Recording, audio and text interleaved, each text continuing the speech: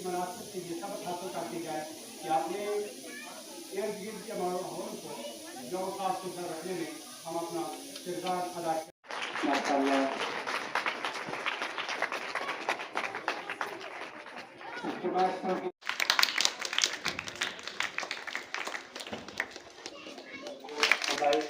हम इनके शियानिस्तान को कुछ बताइए भाई।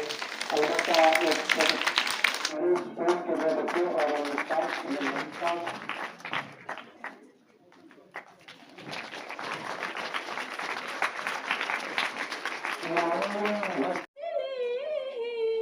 कभी कम न करना सिराते वफा में जो चुभ जाए कांटे तो आँखों को अपनी कभी नम न करना। हमारी जमीन हमारी जमीन हमारी जमीन का 1994 में संजय घोष ने दिल्ली के शहर से किया था। इस तंजीम के शुरू करने के पीछे यही मकसद था कि दही इलाकों में जो लोग रहते हैं उनकी आवाज़ को मकाम बाला तक नहीं पहुंचाया जा सकता है। उनके पास वो वसाइल नहीं थे कि जिनके ज़रिए से वो अपनी बात को मकाम बाला तक पहुंचा सकें। इसी सोच को लेकर उन्होंने इस तंजीम का आगाज़ किया था और साल 2012 में इस तंजीम ने ज़िला पुंछ में कदम रखा और एनवायरमेंट है। तो मैं मुख्तसर सा कहना चाहूँगी कि चरखा ऑर्गेनाइजेशन की टीम जो है मैं इसके साथ 5 साल से मुंसलिक हूँ। मैं चरखा की ट्रेनर हूँ, पहले राइटर थी और उसके बाद मेरे साथ 6 राइटर काम कर रहे हैं। और मैं ये भी बताना चाहूँगी कि आप बच्चों के और आपके कोई बहन भाई जो घरों में ऐसे मतलब पढ़ लिख के बैठे हुए हैं, अगर वो लिखना चाहते हैं तो वो हमारे साथ जुड़ सकते हैं। मौका मिला है वो है आलमियों में महोलिया।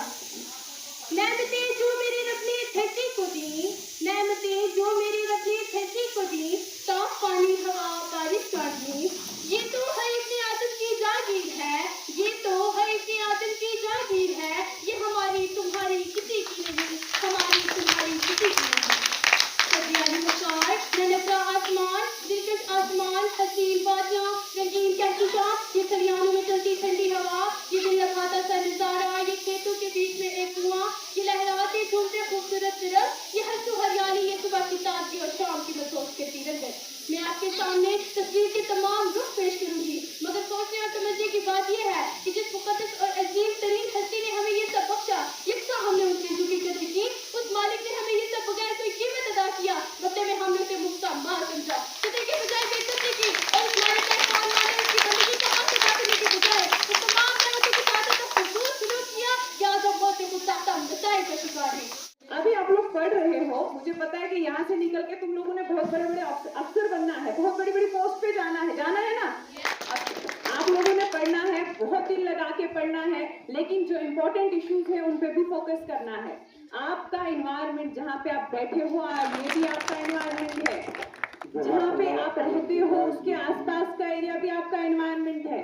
आपको सफाई करके जो हम गंद घर निकाल के बाहर फेंकते हैं, ऐसा भी नहीं करना है। उनको उन जगह पे फेंकना है जहाँ पे ज्यादा हमारी गंदगी फैले ना, और लोग उससे इफेक्टेड ना हो, और लोग उसकी कांटेक्ट में ना आए। ठीक है, तो दैट हमारा साथ दिया। और ये प्रोग्राम मिडिल स्कूल हवेली में ऑर्गेनाइज कराने में जनाब रियाज मलिक साहब का बहुत ही योगदान रहा है। हमें तो कल रियाज साहब ने हुक्म किया और छोटे से टाइम में हमारे साथियों ने यहाँ पे थोड़ी बहुत ही तैयारी की, क्योंकि इतना ज़्यादा हम प्रोग्राम नहीं कर सके। मैं इसके लिए माजूद का हूँ आपसे। आपने MS हवेली की तरफ से, अपने अजीज तलबा व तालबात की तरफ से, तमाम जो चरखा डेवलपमेंट ऑर्गेनाइजेशन के लोग यहाँ पे तशरीफ़ फरमा थे या मीडिया हजरात यहाँ पे थे, मैं सबका तहे दिली से मशकूर हूँ। और सर मेरा नाम डॉक्टर रूबिया बुखारी है। Presently I am working as an incharge the department of sericulture Poonch campus. मुझे आज उन्होंने एज अ रिसोर्स पर्सन यहाँ पे बुलाया हुआ था और जैसे एनवायरनमेंट डे आज दुनिया भर में मनाया जा रहा है, बहुत इंपॉर्टेंट और बहुत क्रिटिकल इश्यूज हैं जो कि डिस्कस किए जा रहे हैं entire the world. But main focus है कि यहाँ पे इस जगह पे इस दिन को मनाना बहुत बड़ी एक चैलेंजिंग पार्ट रहा है, क्योंकि अड़ाई का जो ये एरिया है जिसमें अभी मिडिल स्कूल है यहाँ पे हवेली के अंदर, वहाँ पे ये प्रोग्राम ऑर्गेनाइज करवाया गया है। चरखा कम्युनिटी डेवलपमेंट कम्युनिकेशन नेटवर्क के कोलैबोरेशन रहा है मिडिल स्कूल का, जो हवेली में प्रेजेंट है। तो यहाँ की जो स्टूडेंट्स पॉपुलेशन है, मैंने देखी कि बहुत स्टूडेंट्स है जो अभी यहाँ पे हैं। अगर हम रूट लेवल पे काम करेंगे डेफिनेटली हम एंटायर चीज़ों को बदल सकते हैं। कि जो हमारा एनवायरनमेंट के इश्यूज हैं उनको भी मुझे लग रहा है इन बच्चों के थ्रू में हम काफ़ी अच्छे से एक्सप्लेन कर पाए। और मेन चीज़ ये रहता है कि एनवायरनमेंट डे को किस तरीके से हमने सेलिब्रेट करना है, तो वो इन बच्चों के बीच में थ्रू स्किट के भी प्रेजेंट किया गया है, थ्रू मेरा लेक्चर भी हुआ है, एंटायर स्टूडेंट्स का लेक्चर रहा है, पार्टिसिपेशन दोनों तरफ से हुई है। ये चीज़ देख के बहुत अच्छा लगा है और स्कूल का बहुत अच्छा एक डिसिप्लिन देखने को यहाँ पे मिला है। बट मुझे लग रहा है कि इन जगहों को फोकस करना पड़ेगा हमारे डिस्ट्रिक्ट एडमिनिस्ट्रेशन की तरफ। देखते हो एनवायरनमेंट आए दिन हमारे जैसे वर्ल्ड की पॉपुलेशन इंक्रीज हो रही है, ग्लोबल वार्मिंग बढ़ रही है, क्लाइमेट इश्यूज हैं, सिनेरियोज बदल रहे हैं।